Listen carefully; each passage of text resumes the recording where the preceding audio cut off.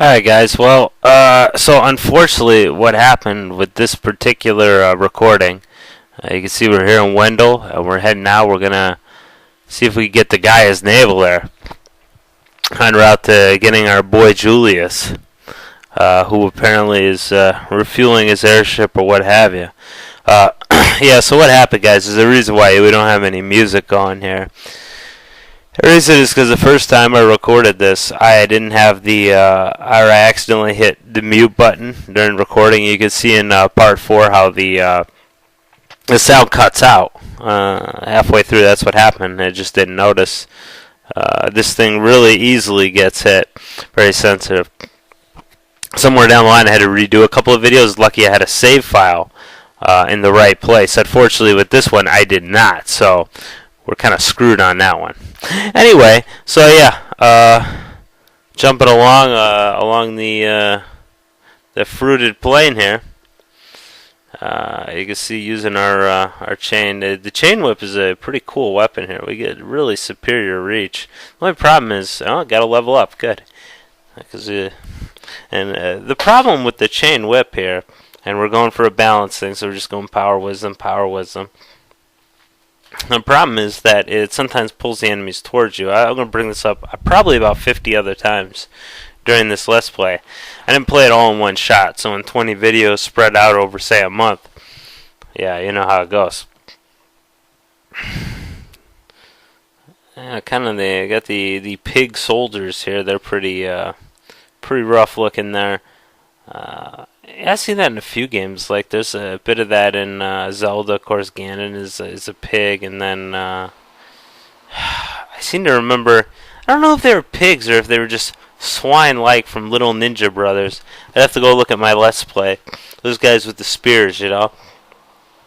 Pigs generally seem to be armed with spears. I don't know why, or pitchforks or something like that.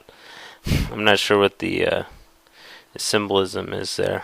Maybe there was a mythological creature who was half pig, half man, and armed with a pitchfork, and then everybody. Because I think a lot of the ideas for the monsters from these games come from mythology as such.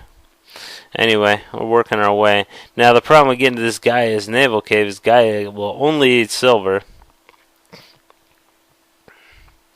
So we'll have to find some way to make it work. We'll figure that out. Oh, found a bag of gold, and that's the only thing it does is it's worth money. And then I'm gonna, go in the cave. I guess I'm just gonna go explore a little bit. Okay, this is the Dwarf Cave here. Hello, welcome to the Dwarf Cave. And the problems with face-to-face contact, starting conversation, not a button right there.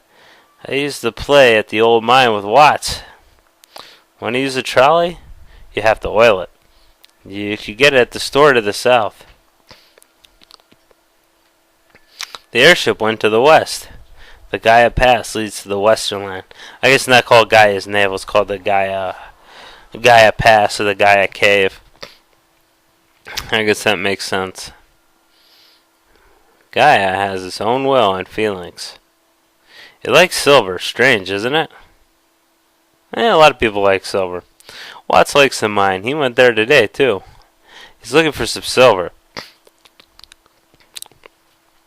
I don't know what it is with dwarves and being big on mining in these games either. That's another thing. Anytime you got dwarves in a fantasy game, anybody you can think of. I remembered that there's a way to get south using the peg here. But in the games, the dwarves from Warcraft the RTS. I'm not talking about what's this name? They're real the MMO, because I'm not into games like that. I want to let everybody know that I don't play WoW. I used to play a lot of Warcraft, full on stuff. So I got to get rid of it. I didn't mean to attack the guy there.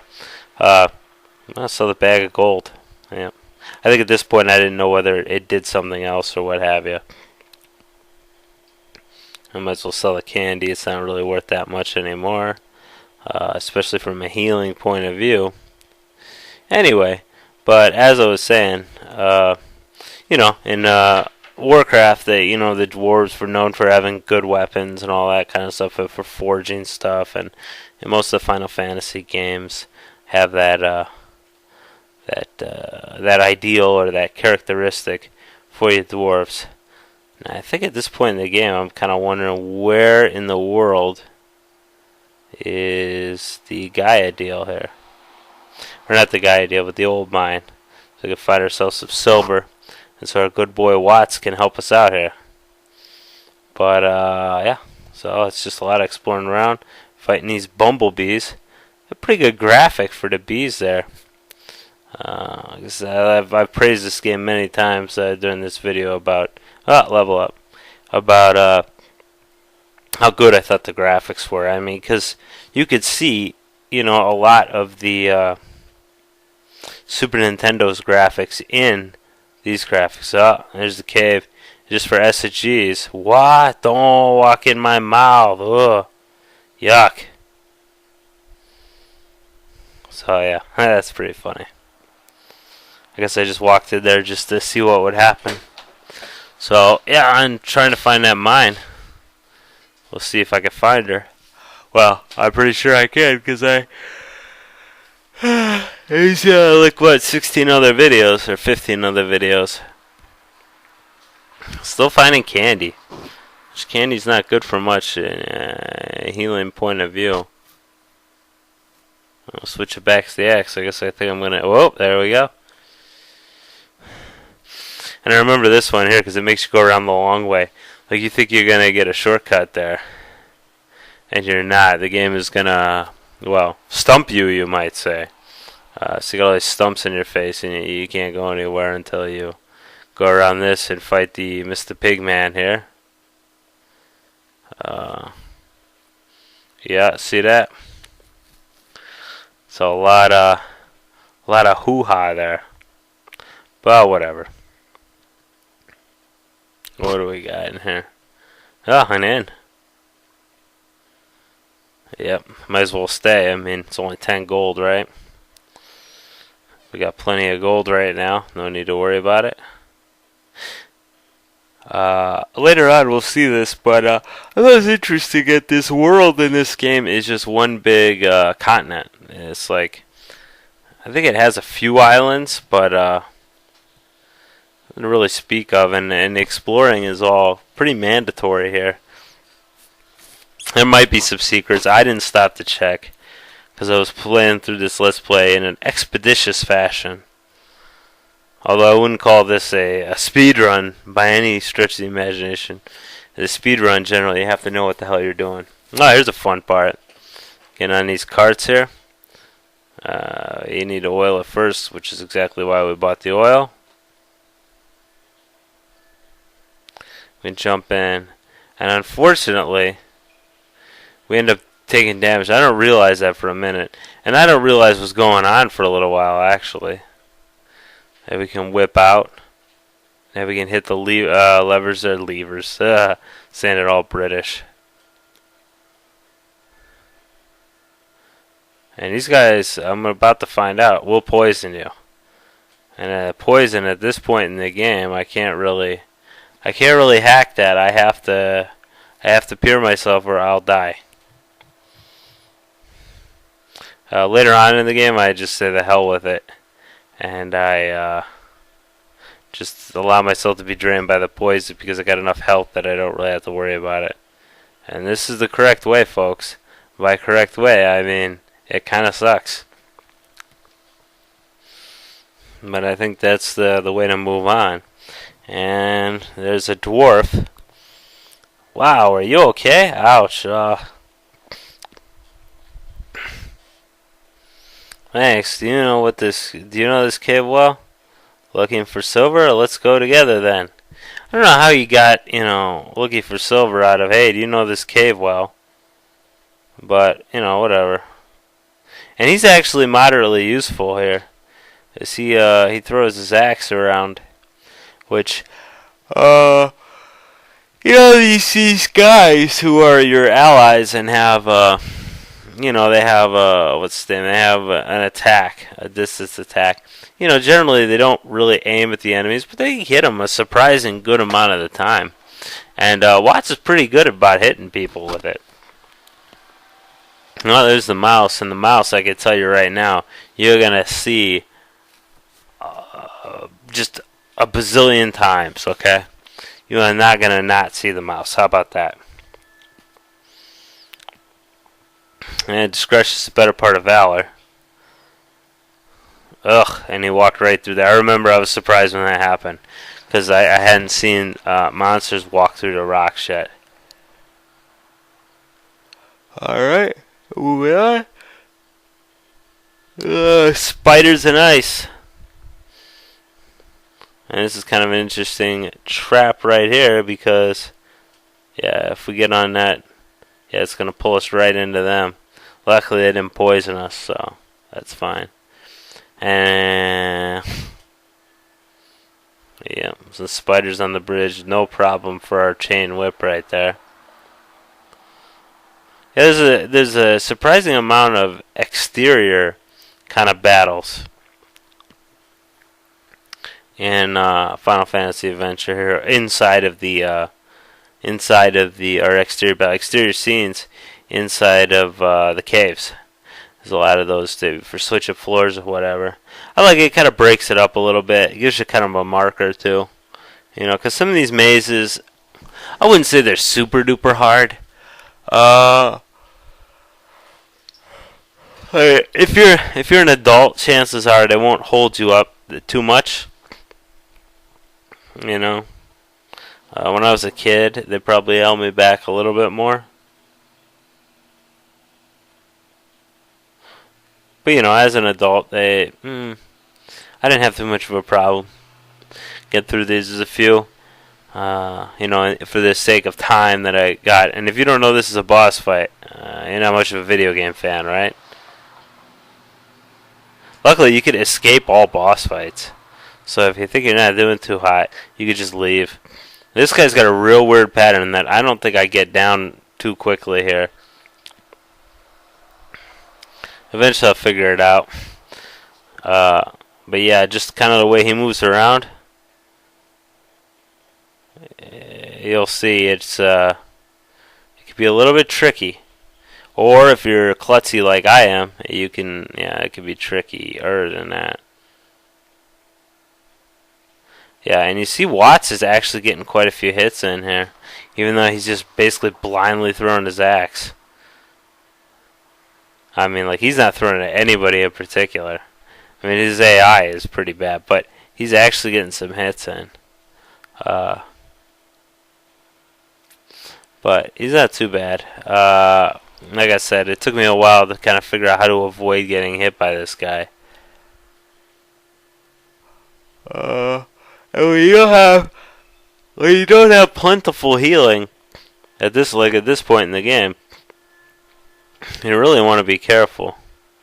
Later on in the game, you'll see I get super reckless and just basically run into the dude and abuse my invincibility frame or whatever to just tear him up. But at this point, I'm still being cautious and I'm still trying not to get murdered.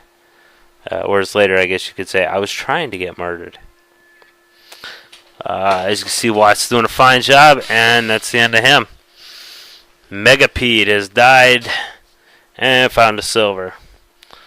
Now you'd think if you're in a mine, Watts says, I'll take it back and forge armor and swords. Gaia will let you in if you wear silver stuff. Come see me at the Dwarf Cave. So yeah, you would think you'd find silver, in a mine, and and it would not be in a treasure box. Is what I'm telling you. You know what I mean? But I mean, this is an RPG, and they wanted you to fight to get the stuff. Oh man, I was really stingy with that cure, wasn't I? It's good. It's nice I didn't have to use it. There's too much weapon switching in this game. That's one thing I'll say, having played through it all now, is the weapon switching is a little bit irritating. Especially with monster types. I don't mind it so much for special things like chopping down trees or, getting across gaps with the whip. All right, I get that. Fine, that sounds it's fine, and it's kind of adds a little more depth to the game. But the fact that like you got to switch your weapon up so often, like you do, it's a little much. I'm just glad I don't have to use that sickle too much. You will eventually have to use it again, but thankfully not too often. It looks like I gotta pure myself again. Yeah, the sickle just kind of got a weird attack. Where it goes around in a circle like that. Kind of hard to concentrate on hitting anything. I think I realized I was going the wrong direction. And we gotta go back towards the Dwarf Cave. And there's the entrance to Gaia's Pass.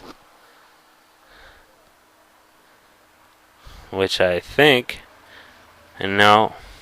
That's actually the exit to Gaia's Pass, I guess you could say. Luckily, the airship apparently takes forever to refuel. So, I've got all the time in the world, right? Apparently.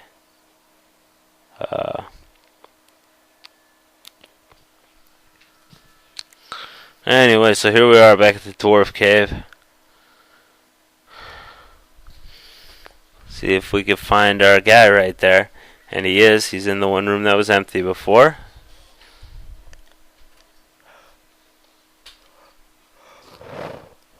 Unfortunately, we had to buy all this stuff.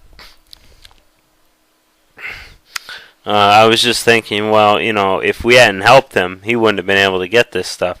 But then again, maybe that's not true. Maybe the Megapede really, and the Megapede wasn't all that tough. Maybe the Megapede is no sweat for Watts either. And Watts would have just went down there and frickin' axed him to death. Entirely possible.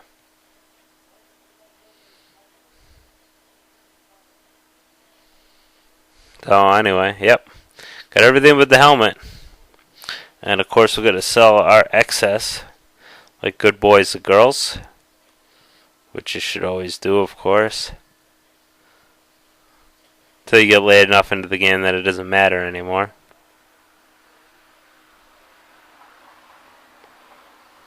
Yeah, made a mistake there. Gotta keep gotta go back to the damn selling screen. So yeah.